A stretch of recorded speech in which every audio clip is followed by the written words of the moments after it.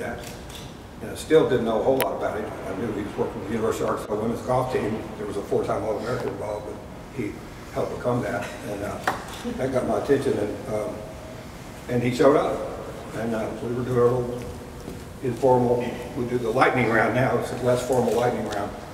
And I asked Stan if he might say a few things, and he did about a 10-minute conversation that has always made me thirsty to be around him more. So I think, I'm not sure, but I think we bought probably 60 books. Everybody got it for Christmas. I apologize if everybody had get the same thing, but everybody got Stan's book that I care about and love, that I could afford. So I think I still owe Stan a little money for some of those books. Checks in the mail. Yeah. So that's how much how strongly I feel about Stan and his platform. Is all the CO Forum members got that as a Christmas present, his book, and I hope they found it valuable. I know they have. Some of them will be in the other sessions. Thank you, Shauna Estes-Taylor, for being here. Shauna, you're going to hear Shauna here in just a minute. Shauna is the head coach at the University of Arkansas women's golf team. Anybody know what the prediction will be for the team ranking? Anybody got a prediction? For the ladies golf team? 1? That's the end of the season. We hope it's going to be high. Top 10, we think? Yeah. We got, there's a real program being built there, and Stan's involved. So all of Stacey Lewis's. Yes. Yeah. We got a couple more of those coming. Isn't she special? Let women's golf have a great decade or two. It already is, but a lot of greatness in the future. Video and photography. Cole Fennell. Cole is a photographer. He was the original videographer of the CEO forums. Doesn't do it anymore. I had to really twist his arm, but he is a great photographer. He's an artist. He and his wife, wonderful wife, a yogi. And Cole does commercial photography and portraits and those kind of things. So I'd really like for y'all to think about Cole if you have any needs. He's a really good guy. He happens to be a Fennell. I'm kind of fond of the Fennell family. Sarah Fennell, founder of Restore Humanity, and their father has something down the street here. What does he have? Bordino's. Yeah, and he's the founder of Jose's. He's a great guy. New member of the CO Forum too. Joe is, and just one of the legendary people around. Joe Fennell, incredible person. So always good to have a Fennell in the house. Thanks, Cole, for making time. Priscilla Aguirre, I'm working on Roll Mars. For some reason I can't, but in the back. Priscilla is an A, not just an A player, A+ player. And the bidding is on. She's an intern. She's a / we call us our interns associates because they're pretty engaged, right, Priscilla?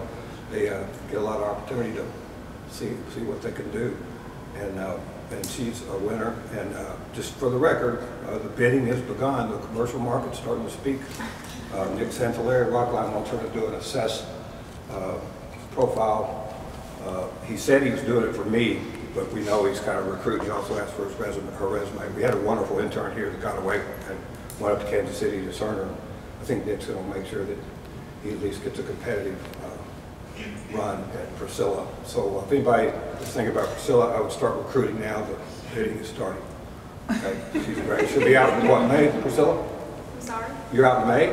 Yes. Yeah, she's How great. how's your golf game? No. I'll tell you what, she's disciplined though. She's disciplined.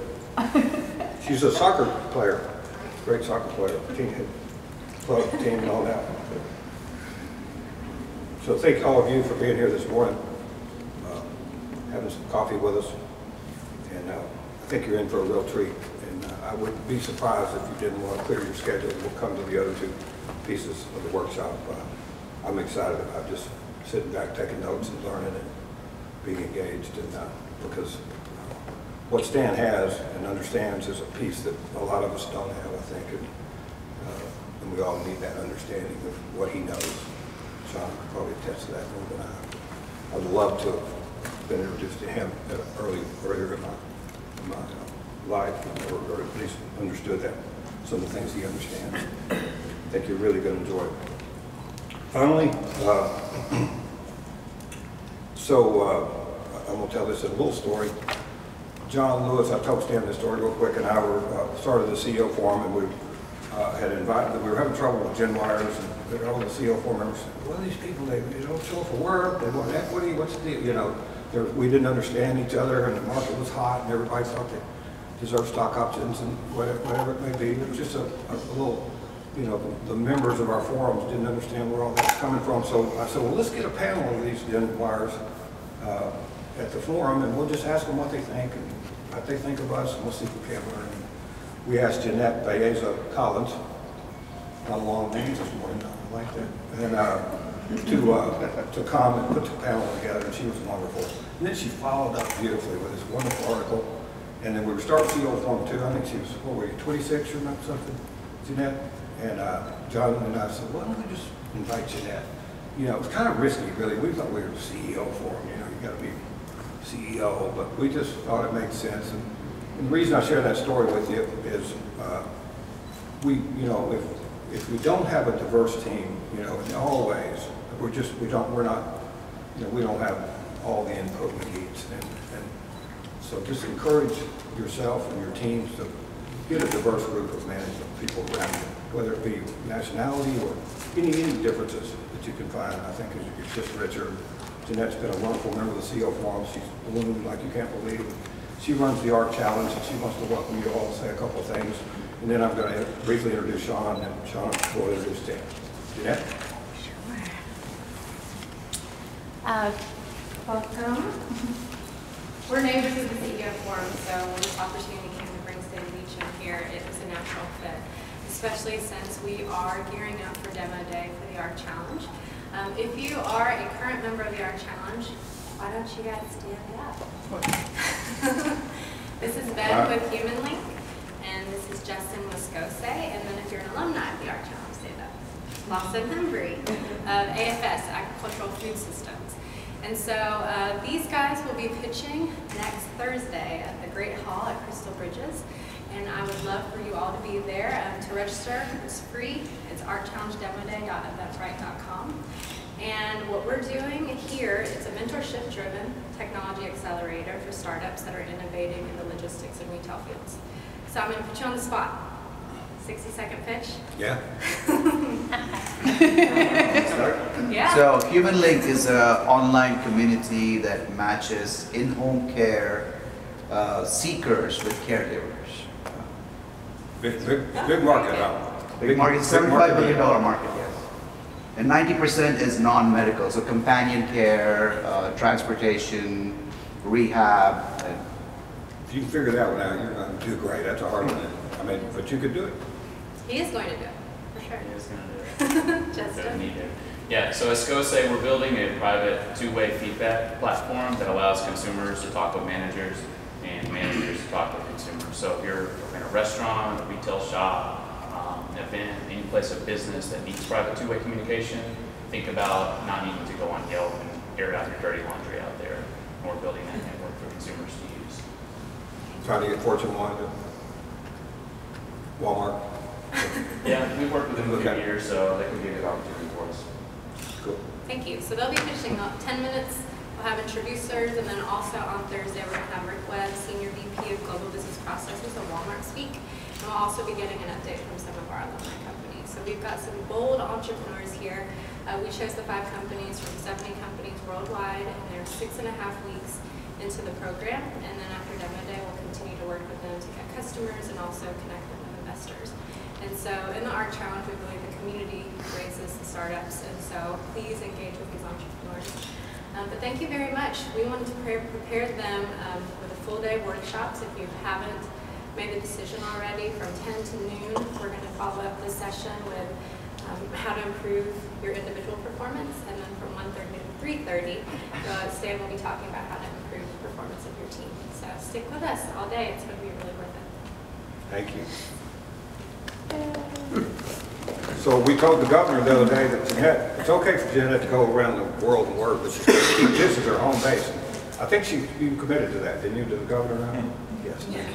Everybody hear that? So this is headquarters. That's all you can do. Make this a sticky place. Shauna Estes-Taylor wrote the foreword of the book and is the head coach of what ought to be top 10 team, maybe higher. And Stan even commented when he was here last that watch this team. It's going to do some great things. He knows that, and I trust him. And I'm glad that Shauna was kind enough to come here this morning. She's a real winner. I shared with her that we've had 2-time All-Americans speak at the forum. And yes, he was a 5-time NBA All-Star, but he wasn't a 4-time All-American. So please welcome Shauna Estes-Taylor, the first 4-time All-American. Well, first of all, thank you so much for having us. I have had the honor and privilege of being with Dr. Stan Beecham for a long time. A little bit about the story. It's in the forward of the book, but it's in 1996 in August, I entered the University of Georgia's campus as a freshman. I'd received a golf scholarship. I'd had a pretty successful junior career, and my coach goes, "Okay, in a couple days we're going to meet as a team." So we walk into this room and we sit around this table, and this bald-headed guy walks in, and I'm like, what in the world are we going to be talking about? So he kind of starts the meeting of, let's talk about our personal beliefs. Let's sort of create a roadmap for our journey this year. And one of the questions that he asked us was, what may be missing inside of you that can keep you from peak performance or being a better competitor, a better person?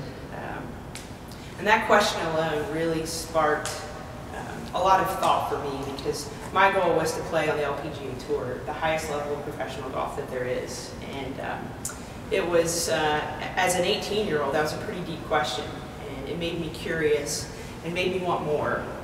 So after that meeting, I decided to bring Stan into my little inner circle to help me become a better competitor and a better student and a better person. And I would go to his office every week, and we'd have these really heart-to-heart meetings, a lot of tough questions.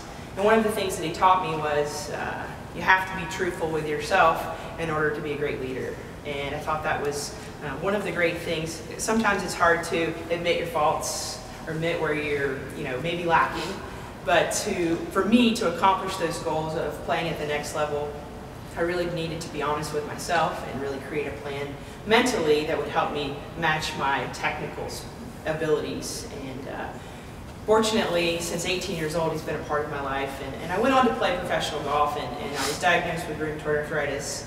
So I got out of golf, and I was blessed to get into coaching. And as I've been on this journey as a coach, Stan has come back into my life and to help my team, and I felt like he was an amazing resource for my girls to have the same opportunity that I had since I was 18 years old.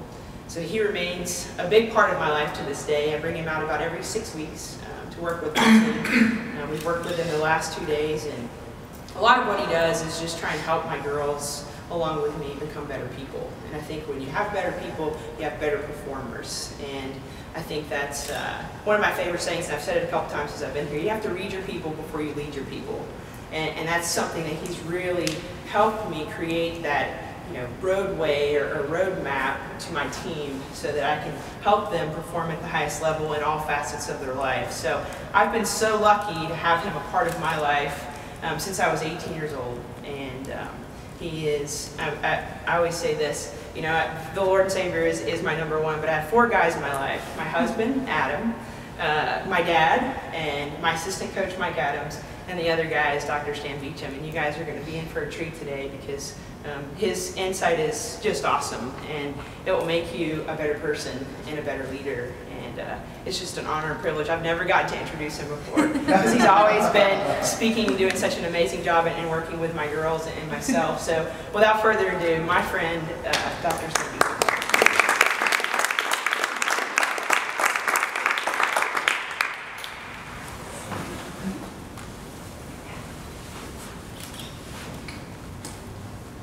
The opportunity to work is a wonderful thing. To have work, would you agree? To have a reason to get up and go to work, it really is a wonderful thing. But to be able to work with people that you love, that's amazing. And I wish that for all of you. I hope that you all find work that you love, and you get to do it with people that you love. There's no way you can fail if you can create that. I'll be honest, there's people that I work with that are really hard to like. Forget love. You'd have a few people in your life that way, right? But I think knowing that you get to work with people that you love, it allows you to do the other, right? So I want to just say a couple of things to you. This is kind of a little kickoff chat. I want to just stir your pot a little bit and say something that really upsets you and bothers you. How's that? Okay?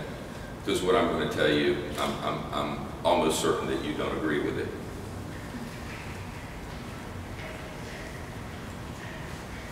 I'm going to give you two statements, and I want you to honestly notice which of those two statements is more consistent with how you think about yourself. Okay? You ready? I want to get better. Statement number one, I want to get better. Statement number two is, I'm good enough. I want to get better, I'm good enough. When you're thinking about you and where you are in terms of your own development, which one is more consistent with what you think? How many of you say, I want to get better? How many of you think I'm good enough? Okay. I've asked this question a lot of times, and this is consistently what happens. And what's interesting is it has nothing to do, the response has nothing to do with what level you're at. Okay? There are people that are performing at a very high level and say, I want to get better. Right? There's people that are, doing a good job, but they're kind of like most of us, and they go, no, I'm good enough. What's interesting to me is we live in a culture where the correct answer is, I want to get better, right? In other words, we live in a culture that basically says, if you don't have this drive, if you don't have this motivation, if you don't have this sense of purpose, then you just don't have the edge and you're not going to get better.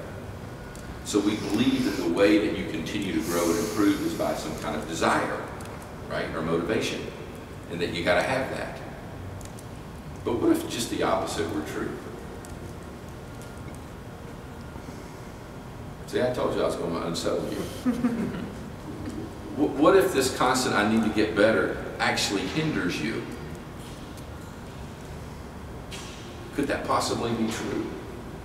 What I'm suggesting to you is, could desire and a whole bunch of desire actually lead to a whole bunch of discontentment and pain and suffering?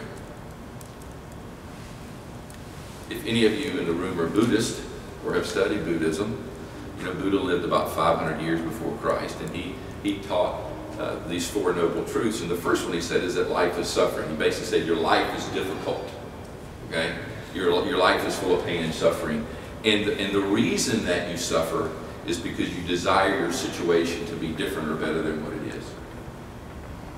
And then what they teach in the Buddhist philosophy is the way that you end your suffering is you essentially make peace with what is. You quit desiring it and wishing it to be different. What's interesting though is that we live in a culture that we're never happy. It's never enough. I mean, just think about statistics, okay? You live right now in the most prosperous time that man and woman has ever known, right? We have more stuff than we ever have. In fact, some of you have to go out and rent a warehouse because you have more stuff that will fit into your big house, and you have to go and find a warehouse to store your additional stuff. And despite our prosperity and the quality of life, right now, our cohort, we are the most addicted